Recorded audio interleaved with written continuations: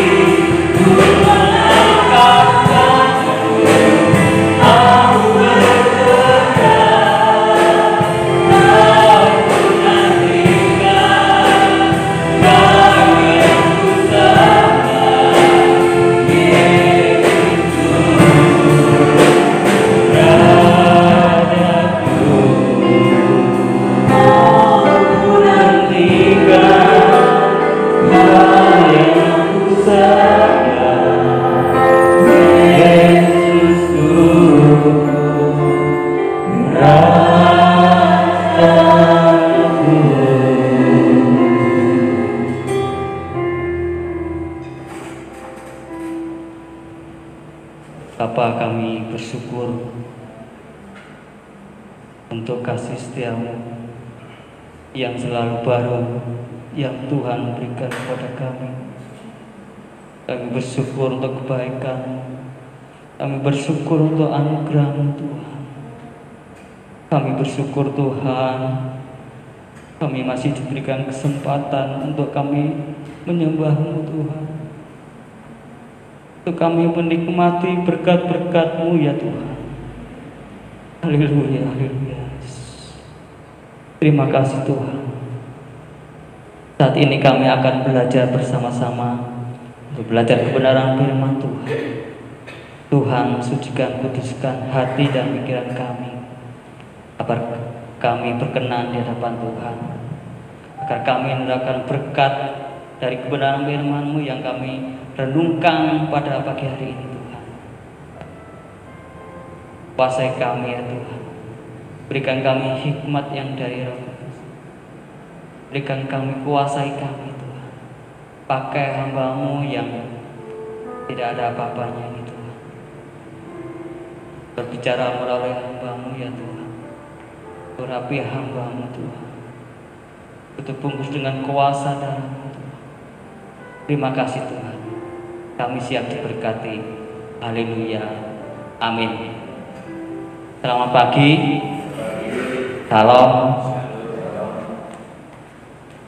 Nama Tuhan, saudara sekalian yang dikasihi oleh Tuhan,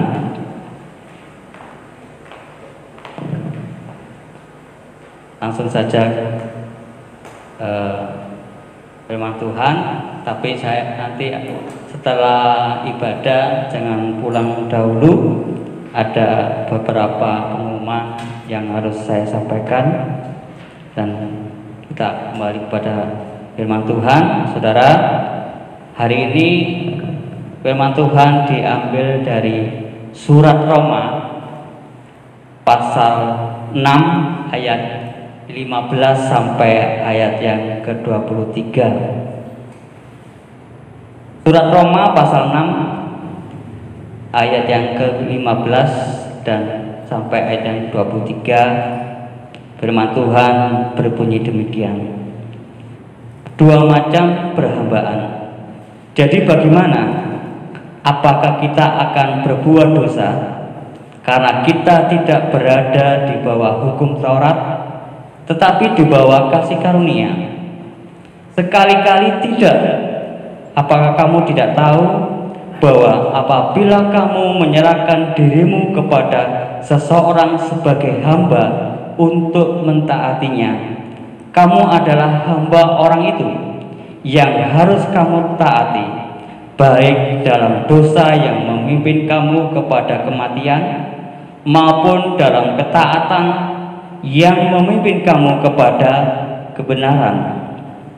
Tetapi syukurlah kepada Allah, dahulu memang kamu hamba dosa, tetapi sekarang kamu dengan segenap hati telah mentaati pengajaran yang telah diteruskan kepadamu. Kamu telah dimerdekakan dari dosa dan menjadi hamba kebenaran.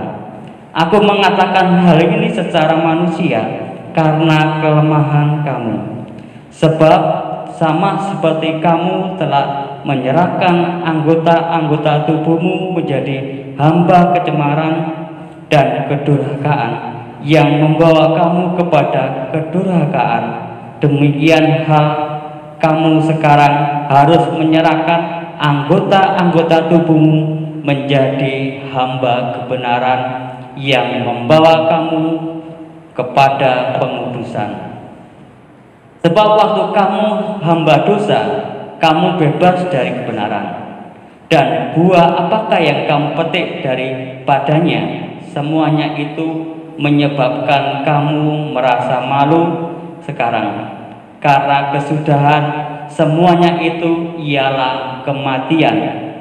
Tetapi sekarang setelah kamu dimerdekakan dari dosa dan setelah kamu menjadi hamba Allah, kamu beroleh buah yang membawa kamu kepada pengudusan, dan sebagai kesudahannya ialah hidup yang kekal. Sebab Sebab upah dosa ialah maut, tetapi karunia Allah ialah hidup yang kekal dalam Kristus Yesus Tuhan kita. Amin. Puji Tuhan, saudara-saudara kalian kasih oleh Tuhan. Di dalam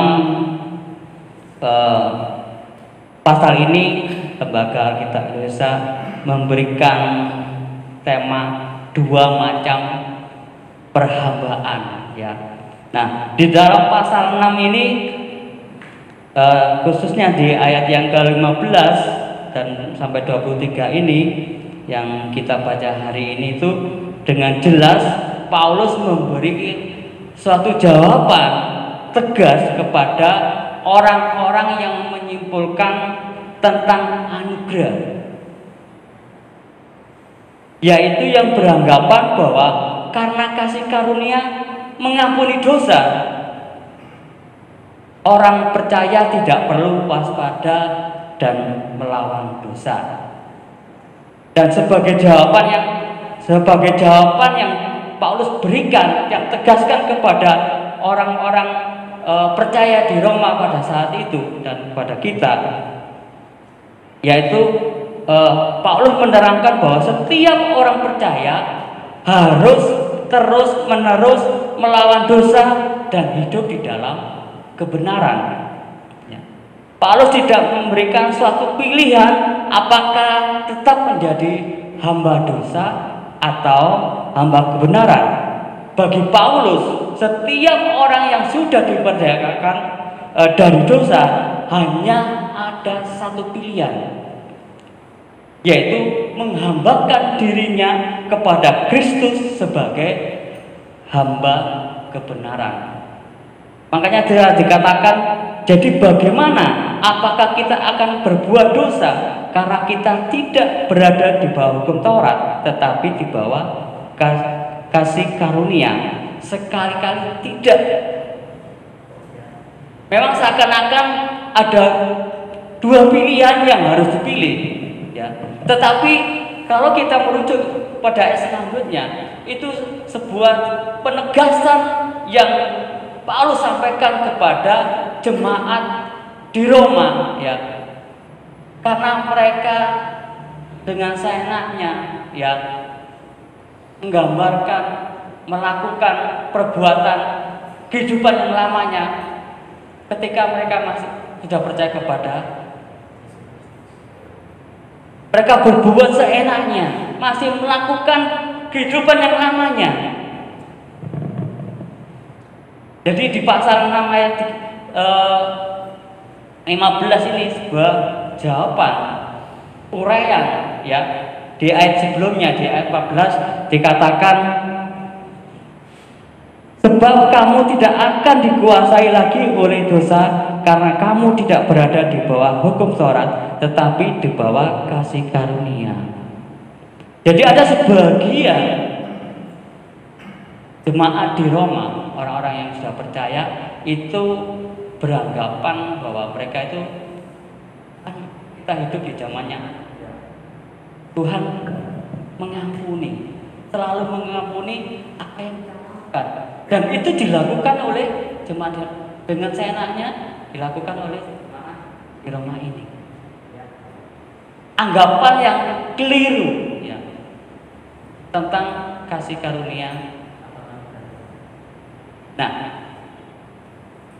rupanya di ayat selanjutnya Rasul Paulus memberikan satu gambaran, ya, yaitu tentang hamba, ya. Dia memberikan gambaran tentang hamba karena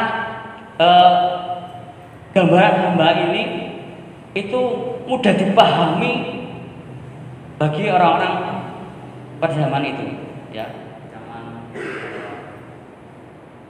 zamannya Paulus, ya, karena masih ada perbudakan hamba, ya, budak, ya. Sehingga Paulus memberikan suatu gambaran tentang hamba. Seorang hamba itu tidak akan mendua, dia akan taat pada seorang yang menebusnya, pada seorang yang telah memerdekanya. Dia akan taat. Kata Paulus, kalau seorang tuannya membawa kepada hal yang baik, yang tidak baik, maka hamba itu juga harus menurut apa yang dikatakan tuannya. Begitu pula ketika seorang tuannya membawa kepada kebenaran, maka budak itu juga harus taat. Intinya orang hamba ini dikontrol oleh seorang tuan. Dan gambaran seorang hamba ini dilakukan oleh Paulus supaya mudah dimengerti pada zaman itu. Akan masih ada hidup di dalam kan, ya, masih berlaku pada waktu itu. Nah, saudara sekalian kasih oleh Tuhan, bagi Paulus, jika mereka masih melakukan hal-hal perbuatan yang lama atau akibat hidup di dalam dosa, ya, Paulus menekankan, mengingatkan kepada mereka dengan sungguh-sungguh, ya, yaitu ketika mereka melakukan perbuatan dosa, maka mereka akan mendapatkan satu akibat, yaitu dikatakan di ayat 19a, yaitu penuh dengan kecemaran dan kedurhakaan, ya. Nah, yang kedua, tidak ada kebenaran di ayat yang ke-20. Dan ketika semuanya itu dilakukan, maka akan mendapatkan buahnya adalah kematian atau maut, ya, di ayat 21 dan juga di 23a, upah dosa adalah maut. Semuanya ini tidak memberikan suatu keuntungan bagi manusia, Paulus, ketika mereka hidup di dalam dosa. Tetap tinggal di dalam dosa berarti juga menjadi hamba dosa yang senantiasa diatur, dikontrol oleh keinginan. Di dalam Galatia pasal 5 ayat 19 sampai ayat 21 mengatakan perbuatan daging telah nyata, yaitu percabulan, kecemaran, hawa nafsu, penyembahan berhala, sihir, perseteruan, perselisihan, iri hati, amarah, kepentingan diri sendiri, percideraan, roh pemecah, kedengkian, kemabukan, pesta pora, dan sebagainya. Terhadap semuanya itu kuperingatkan kamu seperti yang telah kubuat dahulu, bahwa barang siapa yang melakukan hal-hal demikian, ia tidak akan mendapat bagian dalam kerajaan Allah. Paulus menegaskan, mengingatkan kepada setiap orang percaya untuk meninggalkan semua perbuatan lama, kehidupan lama, untuk menjadi hamba. Karena mereka sudah mendengar kebenaran itu, karena mereka sudah ditebus, karena mereka sudah dimerdekakan dari hamba dosa, sehingga mereka harus taat kepada Yesus Kristus, menjadi hamba kebenaran.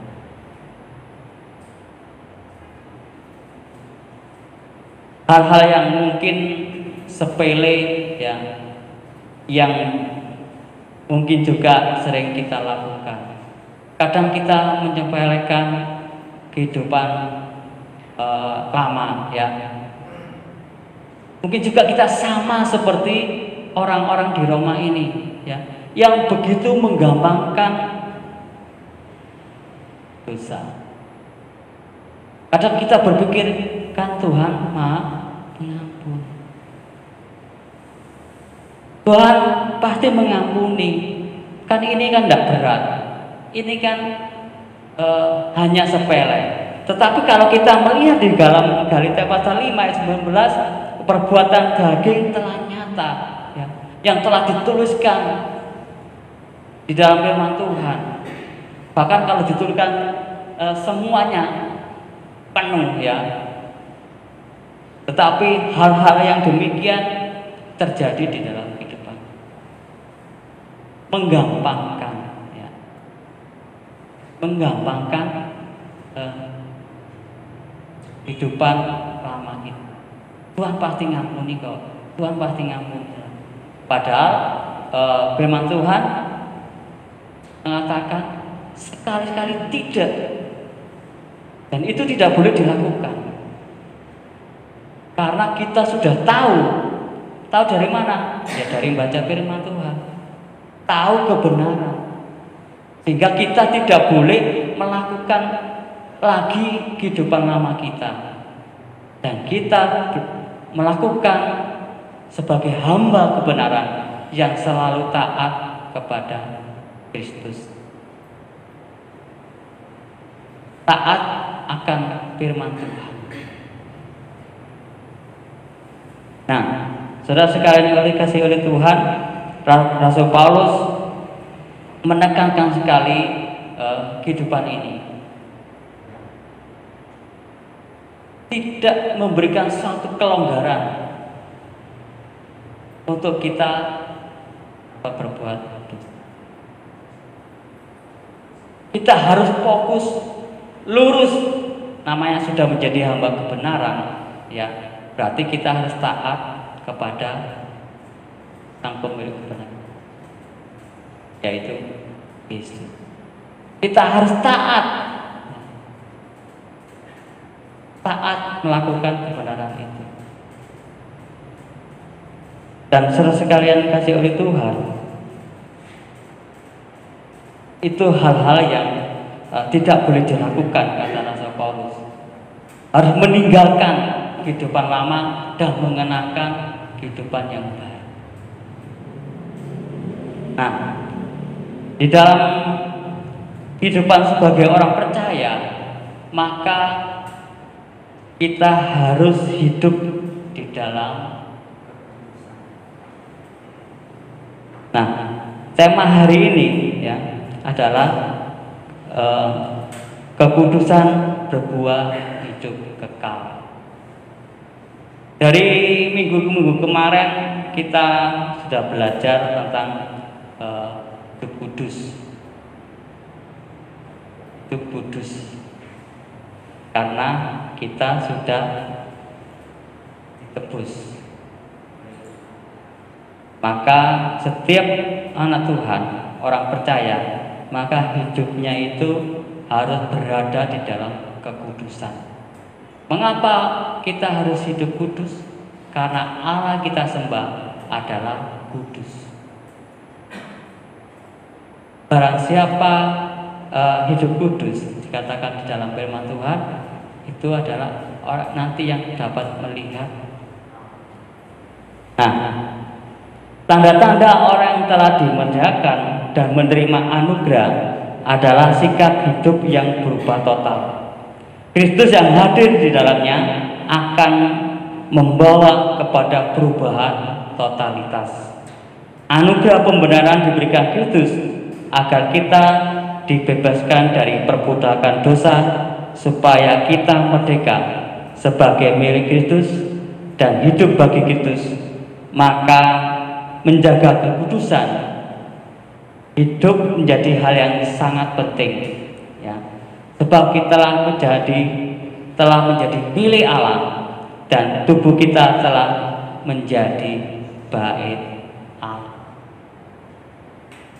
Jadi saudara sekalian, seperti yang yang berada di dalam 1 Korintus, firman Tuhan di pasal 1 Korintus pasal 3 ayat 16 mengatakan, tidak tahukah kamu bahwa kamu adalah bait Allah dan bahwa Roh Allah diam di dalam kamu.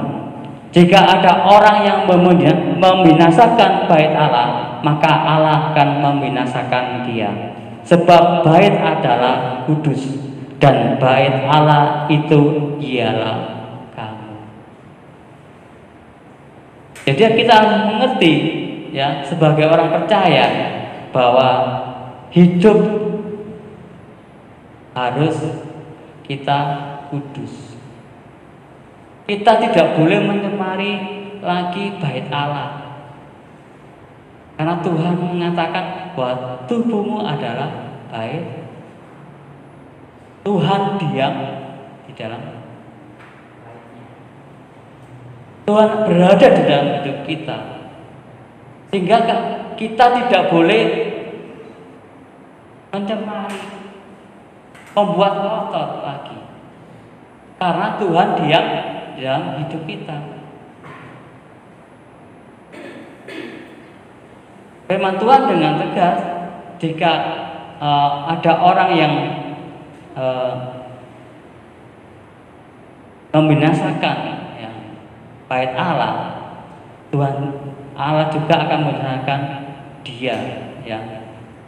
Jadi saudara sekalian, kita harus menjaga tubuh kita, bait Allah, supaya Tuhan tetap diam di dalam kehidupan kita. Lalu Roh Kudus, maka hidup kita harus kita jaga senantiasa. Harus kita hidup kudus. Hidup kudus memang membutuhkan satu proses, bukan satu pilihan, tapi suatu kewajiban untuk setiap orang percaya untuk hidup kudus di hadapan Tuhan. Jadi bukan satu pilihan lagi, tetapi suatu kewajiban. Karena ini perintah. Perintah, maka harus wajib dilakukan untuk kita hidup kudus. Untuk hidup kudus, kita tidak bisa melakukannya dengan diri kita, tetapi kita minta kepada Allah Kudus untuk menolong kita supaya kita bisa hidup kudus di hadapan, memampukan kita untuk hidup kudus di hadapan. Jadi kalau kita hidup kudus, ketika kita mau jatuh dalam dosa, maka Roh Kudus itu akan mengingatkan kita, mengajak kita kembali ke jalan yang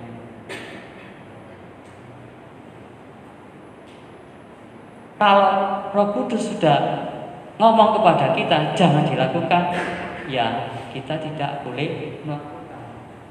Tetapi seringkali manusia ya kadangkala istilahnya tidak peka, tidak mau menuruti ya. Seperti kita bandel istilahnya ya. Kan ini hanya sedikit, Tuhan pasti tolong ngampuni saya. Nah, itu kata sedikit, tapi kalau lama-lama dibiarkan akan menjadi banyak. Ditumpuk, akhirnya jadi. Kalau sudah banyak, kita sudah tidak mau diomongin lagi, nggak mau lagi dia atur. Makanya Rasul Paulus mengatakan ketika kita melakukan dosa, maka kita bebas dari kebenaran. Rasul Paulus mengatakan kita bebas dari kebenaran ketika kita melakukan dosa. Tidak ada yang mengatur, bebas. Ya. Tetapi Rasul Paulus mengatakan engkau sudah dipercayakan, engkau sudah ditebus, maka kau tidak bebas lagi. Engkau harus menuruti firman Tuhan. Apa yang dikatakan firman Tuhan, engkau harus lakukan. Ada satu penegasan yang Paulus lakukan ya ketika menjawab orang-orang percaya di Roma, ya, jemaat di Roma yang mereka masih melakukan kehidupan Roma.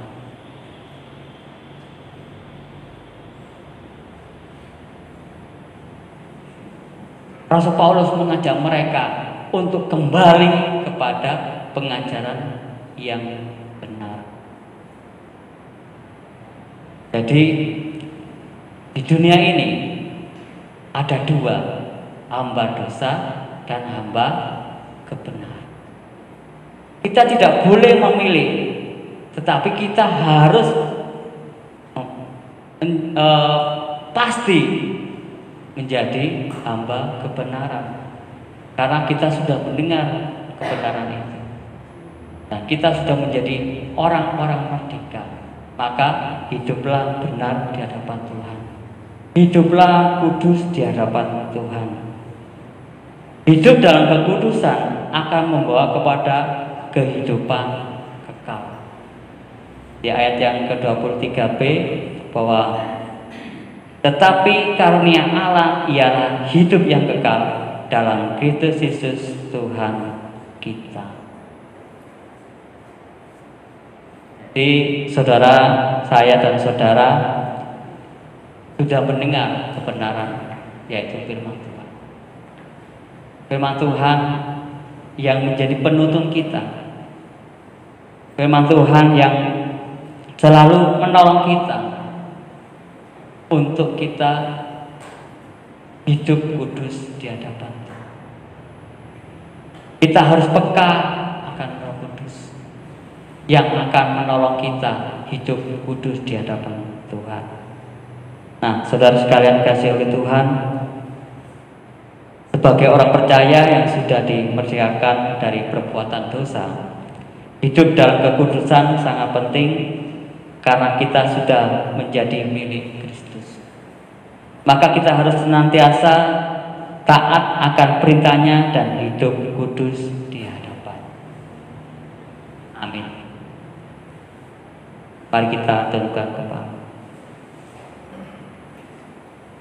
Tuhan Yesus, kami bersyukur untuk firman Tuhan yang singkat dan hamba-Mu selesai berbicara. Kami mohon kepada Roh Kudus agar memberikan hikmat bagi kami, terus menerangi kami dengan kebenaran firman Tuhan, hingga kami mengerti setiap firman yang kami terima dan kami boleh melakukan setiap perintah Tuhan di dalam kehidupan kami. Terima kasih ya Tuhan, terima kasih. Berkati setiap jemaat-Mu yang sudah mendengar firman Tuhan hari ini. Kiranya terus Tuhan menolong mereka di dalam setiap tantangan kehidupan mereka, agar mereka juga boleh menjaga hidup mereka di hadapan Tuhan. Terima kasih ya Tuhan. Tuhan Yesus, saat ini kami juga berdoa untuk bangsa dan negara kami. Tuhan, tolong para pemimpin bangsa kami agar diberkati oleh Tuhan, diberikan hikmat dari Tuhan, diberikan roh takut akan Tuhan. Bahkan Tuhan memberkati setiap program-program yang mereka berikan atau mereka lakukan Tuhan untuk kesejahteraan bangsa ini. Engkau berkati Tuhan, berkati Bapak Presiden, berkati para wakil-wakilnya, berkati gubernur sampai pemerintahan RT RW. Tuhan kiranya memberkati setiap perempuan kami, memberkati keluarga mereka. Tuhan, terima kasih Tuhan Yesus. Berkati perekonomian Indonesia ini yang mulai bangkit. Kiranya Tuhan juga memberkati para pelaku-pelaku usaha untuk dapat mereka boleh membantu untuk mengangkat perekonomian di Indonesia ini Tuhan. Terima kasih. Kami juga berdoa untuk saudara kami yang saat ini mengalami bencana alam, baik banjir, baik gempa maupun kekeringan. Tuhan, tolong memberkati mereka agar mereka boleh senantiasa penuh berharap kepada Tuhan dan diberkati oleh Tuhan, berada di dalam pemeliharaan Tuhan. Terima kasih Tuhan Yesus. Kami juga berdoa saat ini untuk Bapak Ibu Gembala kami yang masih berada di Jakarta, Tuhan tolong, Tuhan lindungi, Tuhan berkati dalam kehidupan sehari-hari tempat sana. Tuhan berkati anak dan menantu beserta cucu. Tuhan tolong mereka, Tuhan kiranya memberkati keluarga mereka, usaha mereka, Tuhan berkati. Berkati jemaat kami yang saat ini tidak hadir. Tuhan tolong, Tuhan berkati mungkin mereka yang bepergian ke luar kota, atau mereka yang dalam keadaan sakit, bahkan mereka yang mungkin malas. Kami mohon kepada Roh Kudus untuk jamah mereka, supaya mereka boleh semangat kembali untuk mencari Tuhan. Kau berkati seluruh jemaat yang hadir di tempat ini, mereka yang bekerja baik sebagai pegawai negeri, wira swasta, apapun yang mereka kerjakan, kiranya diberkati oleh Tuhan, dibuatnya berhasil, dan diberkati rumah tangga mereka. Terima kasih Tuhan Yesus.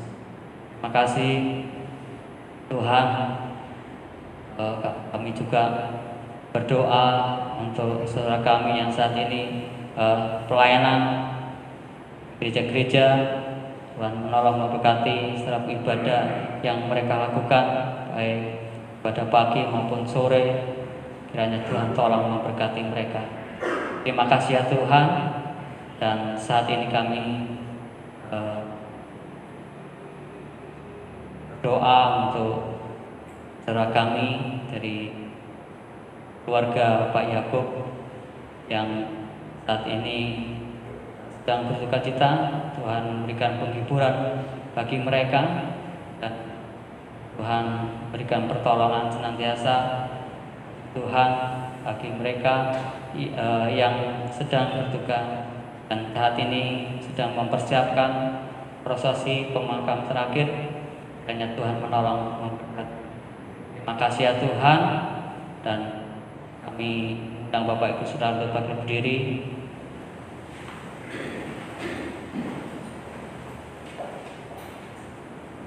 Terimalah berkat dari Tuhan, berkat damai sejahtera dari Allah Bapa, cinta kasih sayang dari Tuhan kita Yesus Kristus, serta persekutuan dengan Allah Roh Kudus yang akan menyertai kita sampai selama-lamanya, sampai kedatangan Tuhan Yesus kedua kali menjemput kita.